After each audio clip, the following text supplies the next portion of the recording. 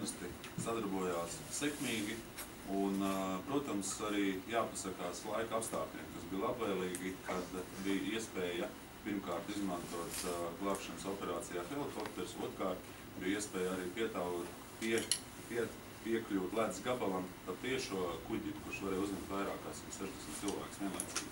Rezumējums tomēr ir tāds, ka mēs redzam, ka glābšanas operācijas, kā ir izskanējis arī varbūt tas, ka būtu jāsadz obligāti no šo makšķernieku un ne tikai makšķernieku personu, kas atrodas uz ledus puses, mēs gribam izvairīties no tā, ka ir tikai represīvais mehānisms. Ja, jo ir praksa arī pēdējā reizē, teiksim, viens no makšķerniekiem atteicās kāpt helikopterā ar mērķi izglābt savu inventāru, principā pakļāva savu briesmām, kā rezultātā glābšanas dienas sūtīja papildus laivu. Un skaidrs, ka skatoties tā praktiski jau vairāk gadu garumā šis jautājums ir cilāts un tādu atbildīgo vienu valsts institūciju, kas pateikt, ka tagad ir atļauts vai aizliegts būt uz ledus, centralizēti, acīm redzot, mēs neizveidosim.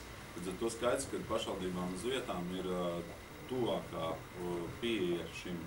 Jautājums te ir tieši par to, vai kādas sodas paredzēt. Ja, tātad vai kaut kāda soda bardzība, pieņemsim, ja mēs skatāmies Igaunijas piemēru Peipus ezeru, kur es saprotu ir tāpat, ka ja aizliegtā laikā šķērso, jo tur ir atļauts arī transporta līdzekļu pārvietot, tad tur ir pat līdz transporta līdzekļu konfiskācija.